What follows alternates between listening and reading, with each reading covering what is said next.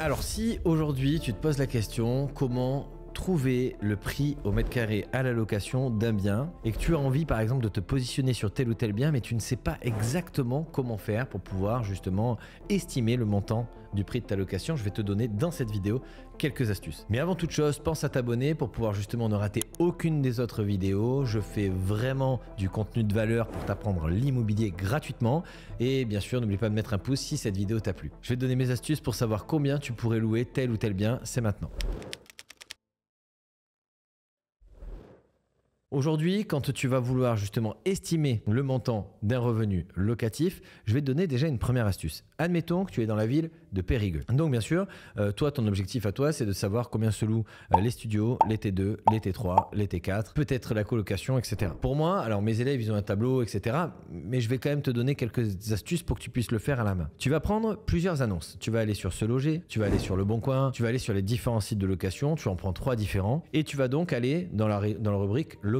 Une fois que tu es dans la rubrique location, tu vas rentrer par exemple les T2 et tu vas prendre, si tu veux estimer les T2, tu vas prendre, je sais pas, une dizaine ou une vingtaine d'annonces en T2 dans la ville de Périgueux. Ce que tu vas faire une colonne avec tous les mètres carrés, d'accord? Donc c'est-à-dire dans le premier bien, si le mètre carré il fait le T2, il fait par exemple 40 mètres carrés, tu marques 40 mètres carrés et juste à côté tu marques le prix, par exemple 560 €.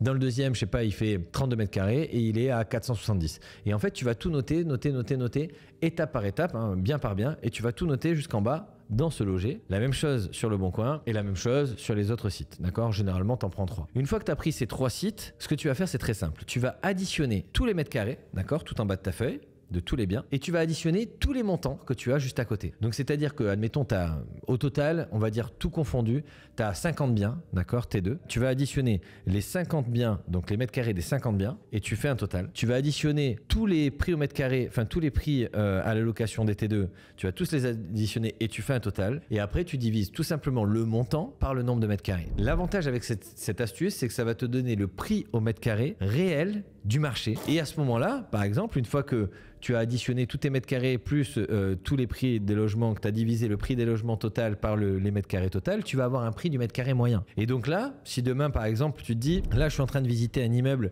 je sais pas, de 5 appartements. Il y en a un, je peux faire un 2 pièces de 32 mètres carrés. Un autre, je peux faire un 2 pièces de 40 mètres carrés. Je peux faire un 2 pièces de 50 mètres carrés. Bah, tu peux savoir tout de suite, en fait, ton prix mètre carré parce qu'il suffit tout simplement de faire tes mètres carrés fois le prix du mètre carré moyen. Et ça, c'est l'astuce imbattable pour savoir exactement combien tu peux louer ton bien. Aujourd'hui, sur le marché immobilier, il y a d'autres façons. Tu peux aller aussi sur Meilleur Agent. Sur Meilleur Agent, tu trouveras le prix au mètre carré moyen dans chaque ville. D'accord?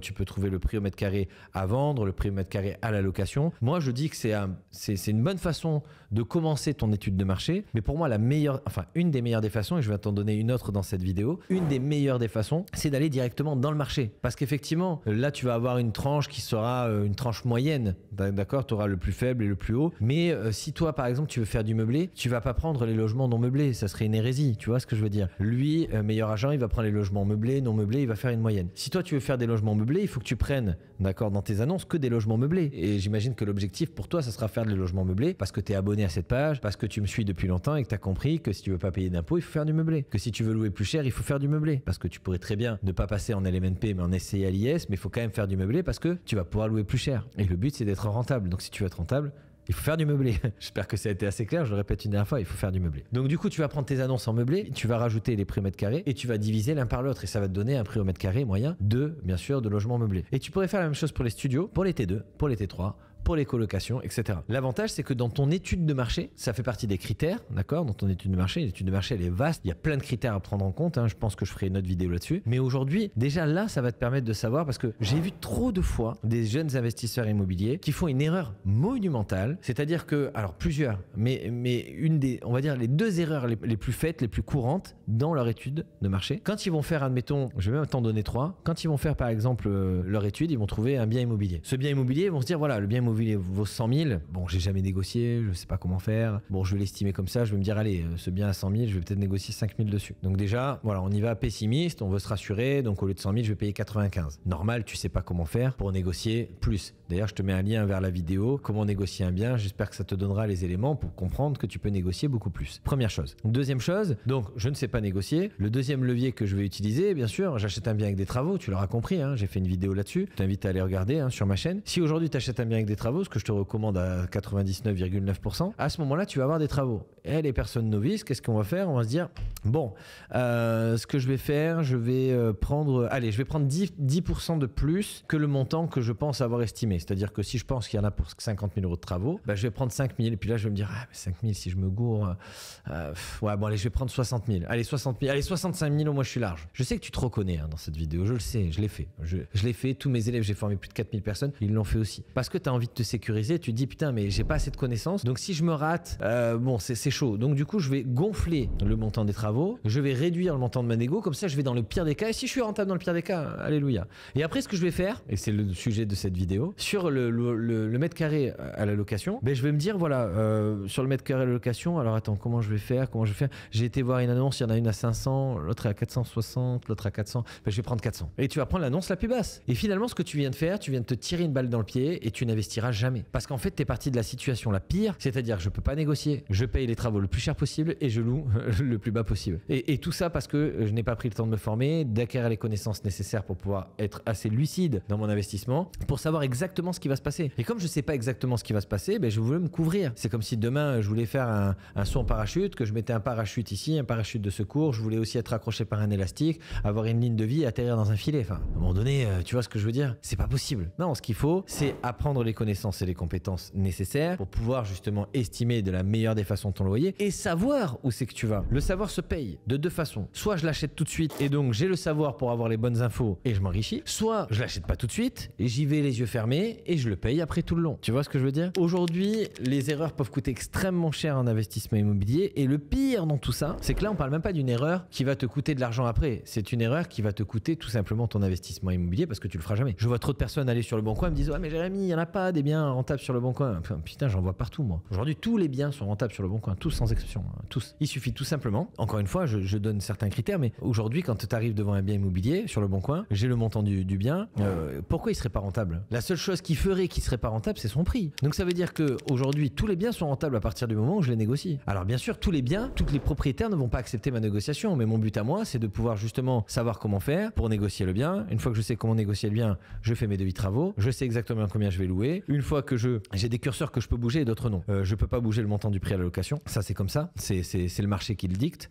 Les prix des travaux, une fois que j'ai fait 3 devis, bah, je prends le prix moyen, bah, c'est le marché qui le dicte aussi. Et derrière, la seule chose que je peux et dois négocier, c'est le montant de l'acquisition. Parce que ça, je peux pas le bouger, ça, je peux pas le bouger, donc il y a que ça que je peux bouger. Donc en gros, si vous voulez, encore une fois, vous placer de la meilleure des façons, j'additionne mon prix au mètre carré, d'accord? Donc ça c'est bon, je sais exactement combien je vais louer, mon montant des travaux, je vois que ça, ok. Et le dernier curseur qui me reste, c'est de baisser au maximum, pas forcément ras des pâquerettes, d'accord, mais en restant cohérent, mais baisser mon prix pour que mon prix plus mes travaux plus ma décoration plus mon ameublement soit inférieur une fois que j'ai pris mon crédit, d'accord, que ma mensualité de crédit soit inférieure au montant de mon prix locatif. Il faut que mon enveloppe globale, une fois que j'ai simulé avec mon crédit, soit inférieure à la mensualité de ma location et de préférence inférieure d'au moins 30%. C'est-à-dire que si aujourd'hui les banques aiment bien pondérer, d'accord, je te donne une information parce qu'elle est pertinente sur cette vidéo-là pour le montant de la location. La banque aime bien pondérer les revenus locatifs de 30%. Certaines banques pondèrent de 80, certaines banques pondèrent de 90. Qu'est-ce que je veux dire par là? En gros, je me suis trompé dans la façon de le formuler, mais en gros, certaines banques enlèvent 30%, certaines banques enlèvent 20%, certaines banques enlèvent 10%.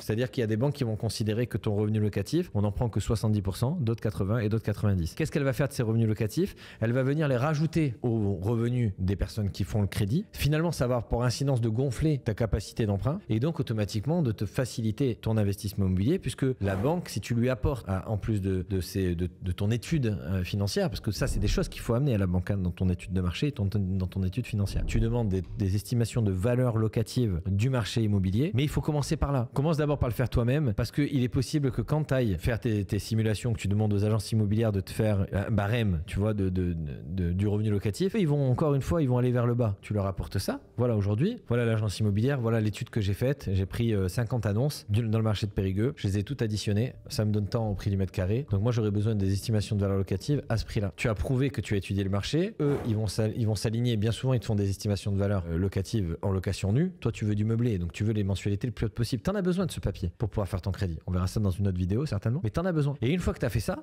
finalement, tu es bétonné, armé pour aller, bien sûr, aller chercher ton financement. Mais surtout, ça te te rassure toi-même que ton investissement est le bon. Et si tu veux, je vais te rajouter une dernière pépite bonus. Si tu veux valider les prix que tu as donnés ici, tu pourrais tout simplement créer une annonce sur Le Bon Coin. Si tu veux valider, d'accord, ton T2 à ce prix-là, tu prends une annonce, tu fais comme si tu avais déjà un bien en location, tu mets des photos, tu crées ton annonce, tu l'envoies sur Le Bon Coin. Alors là, je sais, hein, il y en a dans la dernière vidéo que j'avais fait comme ça. Ouais, mais c'est pas bien pour les gens qui cherchent, machin et tout. Il y a toujours le verre à moitié plein, verre à moitié vide. Il y a des gens pas contents, c'est comme ça. Hein, je pourrais pas l'empêcher. Moi, je le vois plutôt comme un verre à moitié plein, pas comme un verre à moitié vide. Le fait justement de faire une fausse annonce ou une annonce test, j'appellerais plutôt ça une annonce test. Ça va te permettre de te positionner en termes de prix par rapport au marché. Si tu vois qu'à 590 €, tu es harcelé d'appels, je t'invite à augmenter un peu les prix. Tu le mets à 620 €, tu vois que tu es encore harcelé d'appels, bah, tu augmentes encore un peu les prix. Aujourd'hui, ce que tu vas rechercher, toi, c'est une clientèle qui est prête à payer pour un bien de qualité. On essaye de se positionner, en tout cas moi et mes élèves, enfin mes élèves et moi, on essaye de se positionner sur des biens de qualité parce que ça nous permet de faire un tri dans le type de locataire. On veut des locataires qui payent, des locataires qui payent bien, des locataires qui veulent de la qualité pour qu'on soit jamais emmerdé, qu'on soit le plus rentable possible. Tu regardes cette vidéo, tu vas pas me dire le contraire, c'est ce que tu veux aussi. L'avantage, c'est que aujourd'hui, en faisant cette étude poussée du marché, ça va te permettre de savoir exactement qui sont les personnes qui sont prêtes à payer, mais également combien elles sont prêtes à payer. Si aujourd'hui tu vois que par exemple tu as fait ton annonce pour des studios, personne te répond, pour des T3 personne te répond, mais pour les T2 tu as une forte demande, dans ce cas-là, le fait que tu achètes un bien immobilier,